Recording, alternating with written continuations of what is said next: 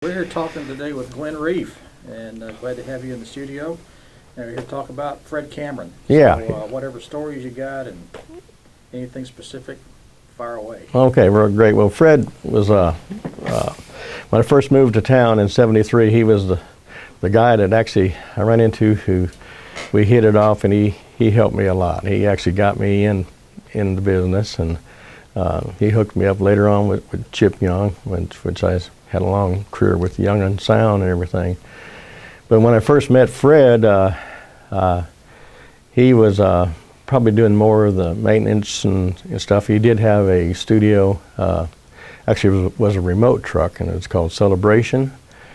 And he had built a console for that, and that was his, I think he had done other little maintenance projects, but this is his first real console, and he built it with API components, so it was really a good sounding console. And they took that console out of the truck and put it into a studio later called Shook Shack, and how I ended working for all them places with Fred and Shook. But his second console was one he built for Chip Young, and at this time I guess the design of consoles at that point was really not clearly understood, because it was changing from 4-track to 16-track to 24-track. And what happened is Chip had cut this record, I Can Help, and then he came into some good money, so he decided to get the first, as far as I know, 24-track studio, at least the first 24-track Ampex machine. It was an MM 1100, and so he had to get Fred to build a console for him. And the console was it was kind of a hybrid. It had two modules on the input, and then it had a solid state monitor section. And the neat thing about that console, and the story goes, is Chip was pretty good at engineering. He was a great musician as well. But he had a lot of engineering experience, and he was tired of the idea of when he hit solo on all these little consoles that was around town, they would flip to a mono bus. It was be dry, and it just kind of crappy sounded, I guess. And he just wanted the idea of, can you just solo where the thing would stay wherever it's panned and with reverb and everything that was on it. And so he talked that idea over with Fred, and Fred came up with this idea to accommodate that console, and he called it Solo in Place. And what he did is just use some diodes and some relays and to accomplish it. And the idea was just a reverse logic. Solo is really the opposite of muting everything else. So he muted everything else. When he hit solo button, everything else just muted. And as a byproduct of that, they come up with the idea of the programmable mutes too. So he had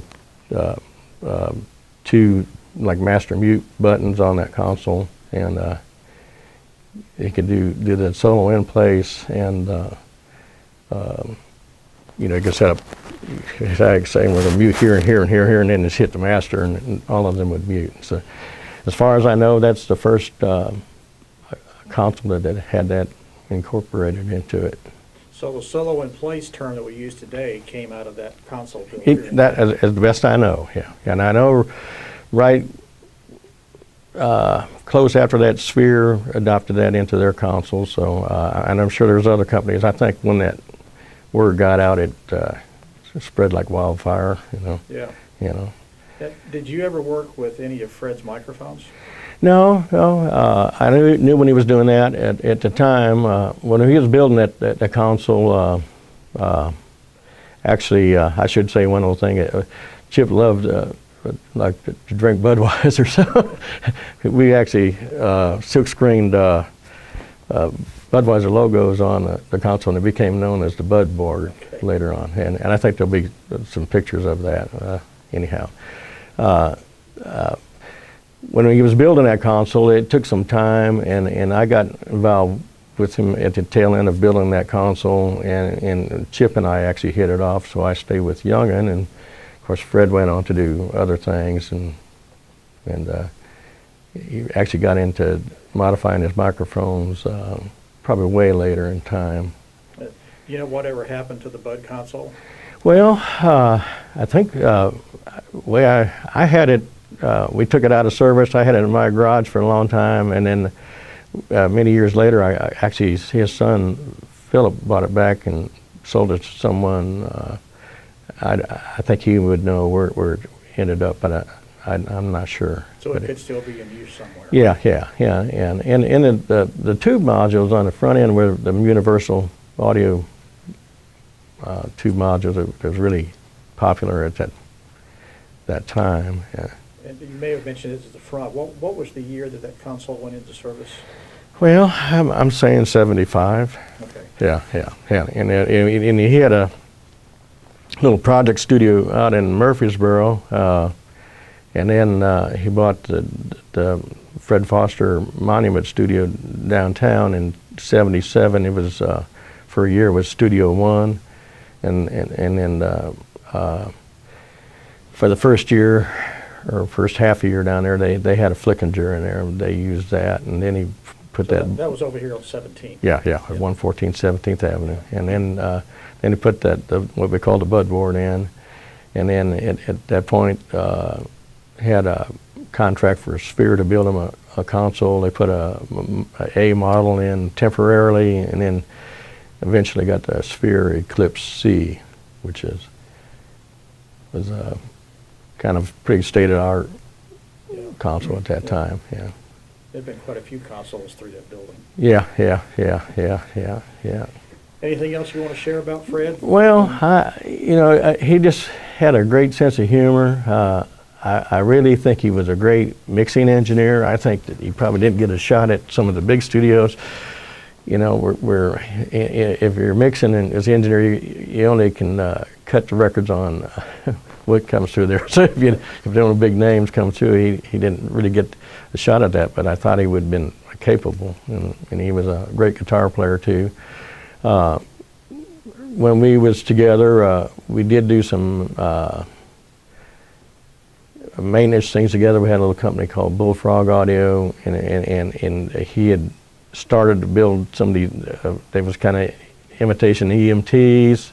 I think we built 5 of them, and I got in on the tail end of that too. Helped him with the electronics of that, and then he did like custom installations and stuff. We did one for Tree International, which they had a 3M multi-track. We just actually took a Tascam console and modified it to where it would work there, and we made little cue boxes and stuff like that. I think he really got into the microphones, and that at a later time. I know he worked at Athena.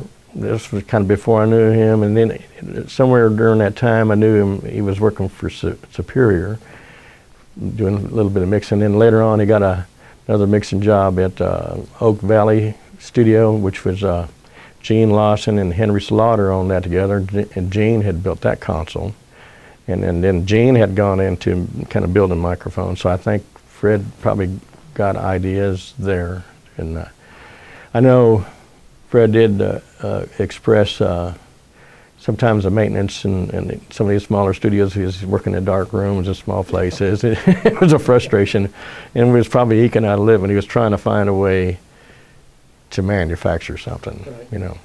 Did you work with Fred on any of his compressors?